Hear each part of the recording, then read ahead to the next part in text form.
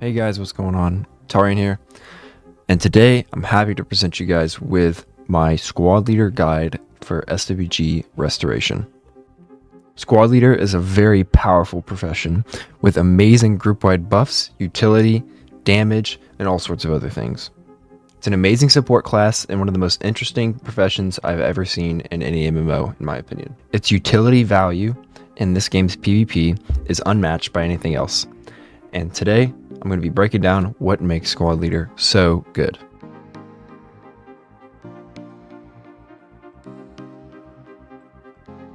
First, I'm going to talk about the pros and cons of squad leader. First with the pros. Squad leaders have powerful team-wide buffs, high utility cooldowns, strong AoE damage, some of the best AoE damage in the game behind commandos and honestly on par with like carbineers. They are both melee and range compatible, so you compare them with melee professions or weapons, or ranged melee or ranged weapons and professions. So just either way, and they have good stats for both. They have powerful debuffing through paint target. Paint target is one of the best debuffs in the game.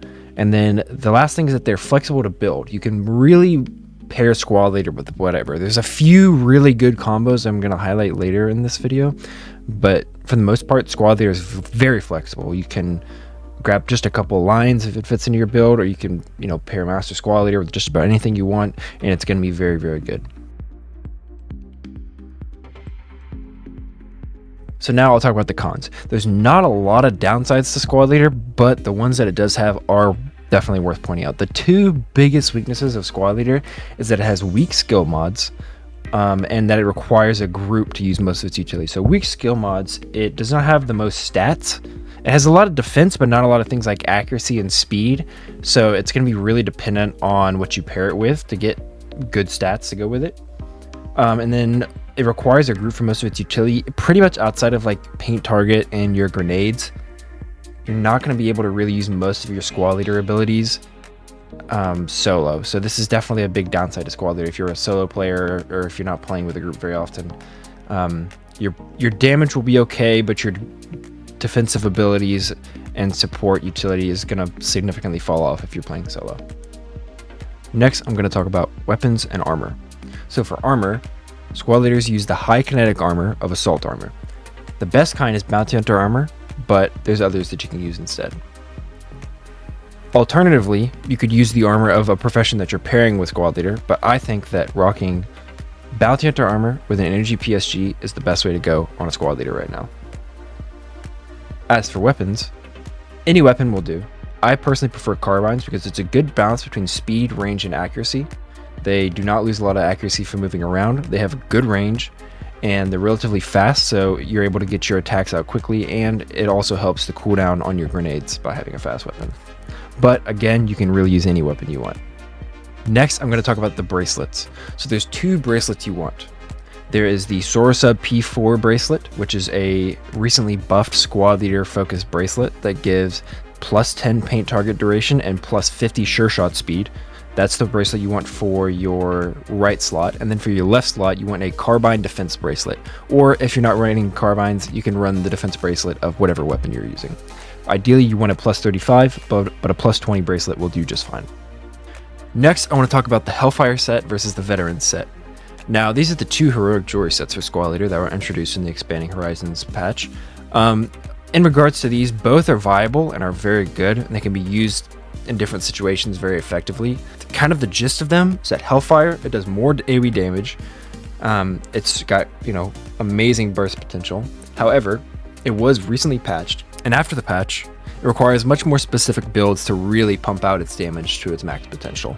The Veteran set has way more utility. You have a really fast paint target cooldown, so you're able to get stacks quicker, and it's got the offensive and defensive stasis that you can apply to completely negate enemies or save an ally. and it counters burst perfectly. It also comes with a second stasis that you're able to use on yourself, like in NGE, which is perfect for keeping yourself going. Now I'll talk about SCAs. So there's really two builds that you can go for your SCAs, but I'll talk about those a bit.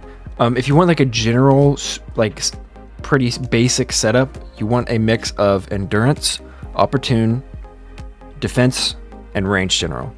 Mixing these 4 stats in with your armor to get like a decent balance of the 4 of them is really going to give you the most bang for your buck.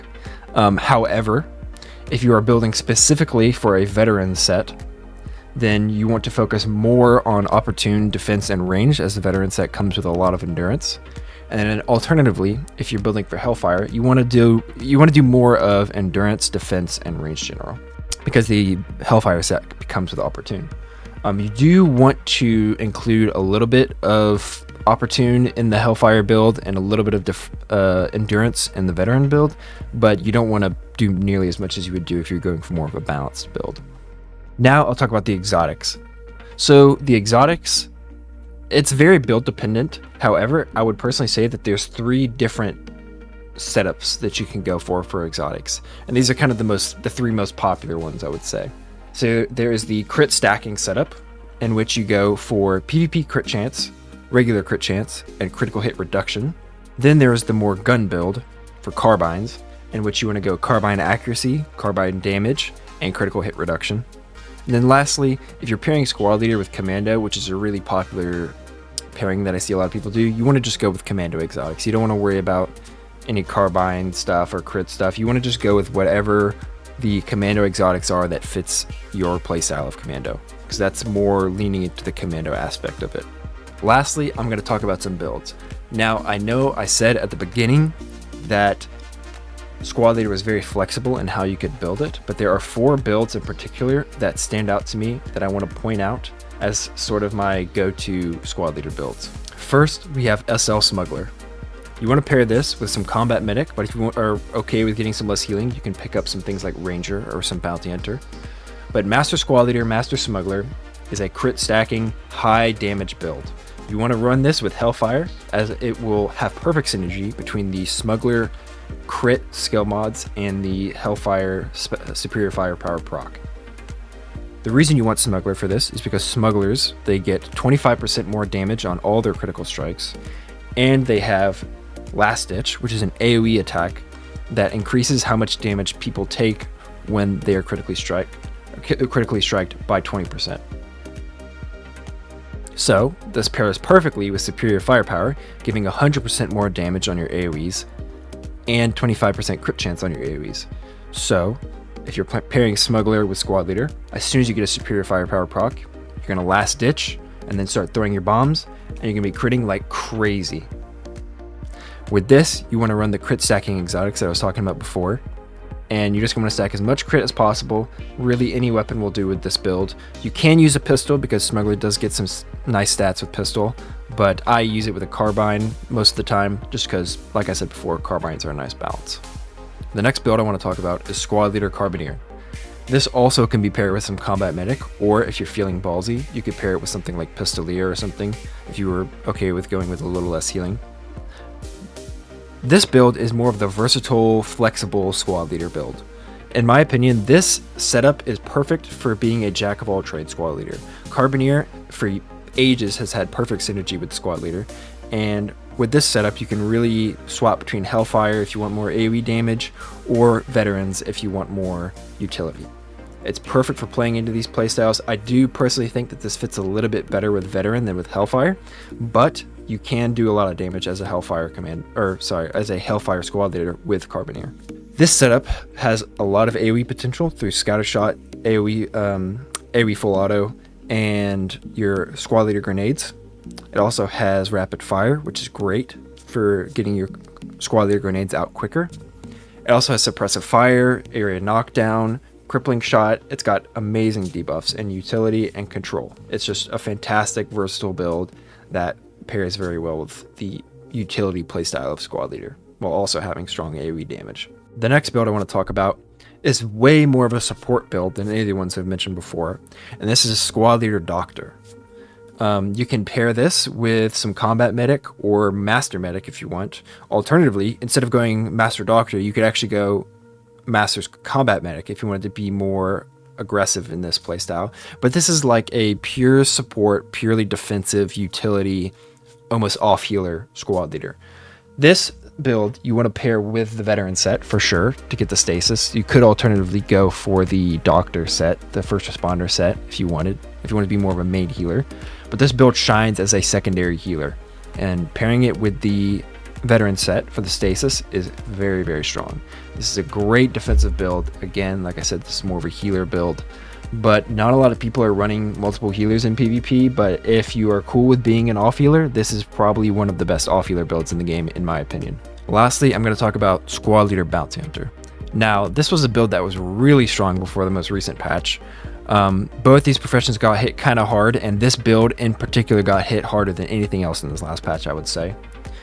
Torso shot being nerfed and the squad leader grenades coming out a little slower really hurt the damage that this profession could put out. However, it is still extremely tanky and still has really good versatility. Shields and duelist stance make this build very hard to kill.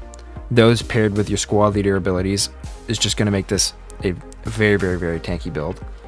It has torso shot, which is great. It's got all the states from Bounty Hunter. It's got good damage through critical shot as well. The big thing with this one is that you're able to be tanky, but you can also be more flexible with your jewelry. You could go Hellfire if you want. You'll do okay damage because you still have, your squad leader grenades, which is always good damage.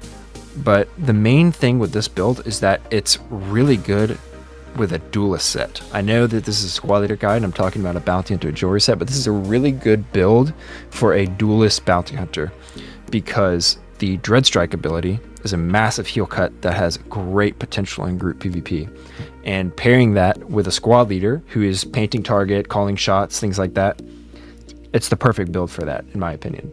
Again, you can pair this with Veteran or Hellfire if you want, but I think that what's cool about this build is that you're hard to kill, you've got a lot of debuffs, you really lean into that utility playstyle, and it's really good for shot calling, as you can kind of be up in the front, applying Dread Strike, paint target, swapping targets, just leading from the front lines. This is very much like a frontline commander type of build.